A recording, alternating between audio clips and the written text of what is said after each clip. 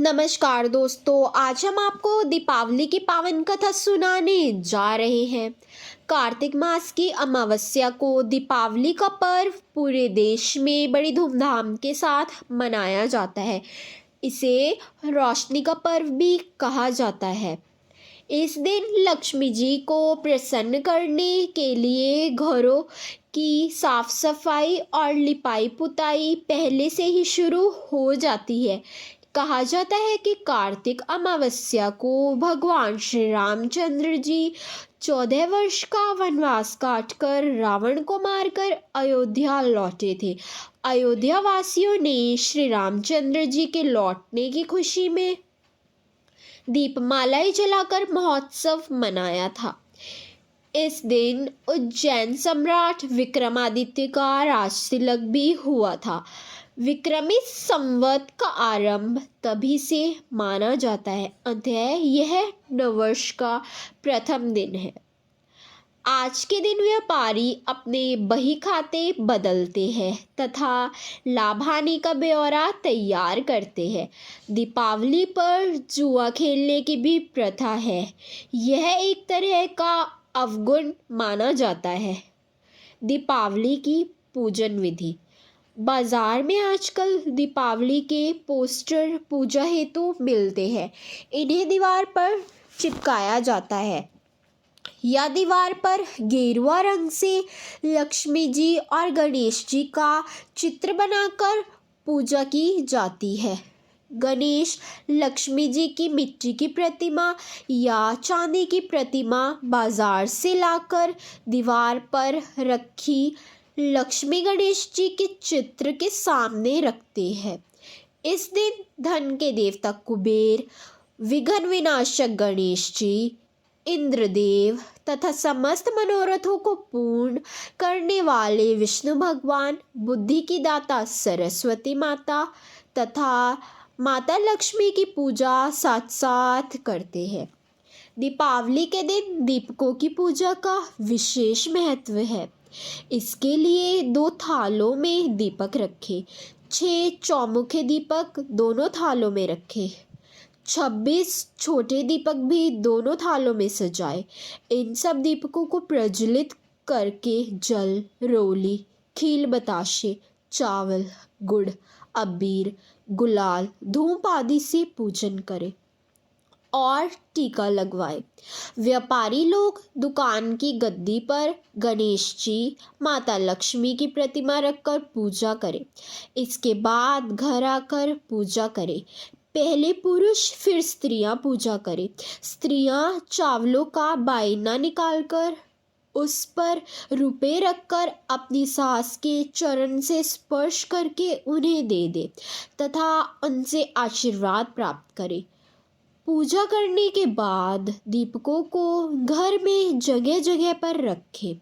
एक चौमुखा, 6 छोटे दीपक गणेश लक्ष्मी जी के पास रखें। चौमुखा दीपक का काजल सब बड़े बूढ़े बच्चे अपनी आंखों में भी डाल सकते हैं। दूसरे दिन प्रांत 4 बजे पुराने छाछ में कूड़ा रखकर कूड़े को दूर फेंकने के लिए ले जाते हुए कहते रहे, लक्ष्मी लक्ष्मी आओ, दरिद्र दरिद्र जाओ। अब हम आपको दीपावली की कथा सुनाने जा रहे हैं। एक साहूकार था। उसकी बेटी प्रतिदिन पीपल पर जल चढ़ाने जाती थी। पीपल पर लक्ष्मी जी का वास था। एक दिन लक्ष्मी जी ने साहूकार की बेटी से कहा, तुम मेरी सहेली बन जाओ।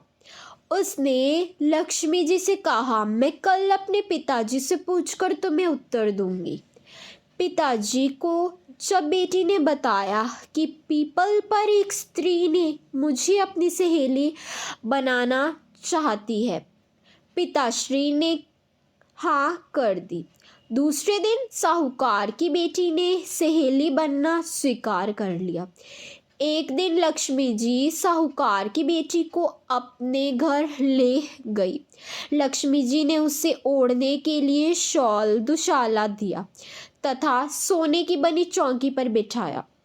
सोने की थाली में उसे अनेक प्रकार के व्यंजन खाने को दिए। जब साहूकार की बेटी खा पीकर अपने घर लौटने लगी तो लक्ष्मी जी बोली, तुम मुझे अपने घर कब बुला रही हो? पहले तो सेठ की पुत्री ने आनाकानी की, परंतु फिर वह तैयार हो गई। घर जाकर वह रूठकर बैठ गई। सेठ बोला, तुम लक्ष्मी जी को घर आने का निमंत्रण दे आई हो और स्वयं उदास बैठी हो। तब उसकी बेटी बोली, लक्ष्मी जी ने मुझे इतना दिया है और बहुत सुंदर भोजन करवाया है, मैं उन्हें किस प्रकार खिलाऊंगी? हमारे घर में तो उसकी अपेक्षा कुछ भी नहीं है। तब सेठ ने कहा, जो अपने से बनेगा वही खातिर कर देंगे। तू फौरन गोबर मिट्टी से चौका लगाकर सफाई कर दे, चौमुखा दीपक बनाकर लक्ष्मी जी का नाम लेकर बैठ जा। उसी समय एक चील किसी रानी का नौलखा हार उसके पास डाल गई। साहूकार की बेटी ने उस हार को बेचकर सोने की चौकी, सोने का थाल, शॉल, दुशाला और अनेक प्रकार की भोजन की तैयारी कर ली। थोड़ी देर बाद गणेश जी और लक्ष्मी जी उसके घर पर आ गए। साहूकार की बेटी ने बैठने के लिए सोने की चौकी दी।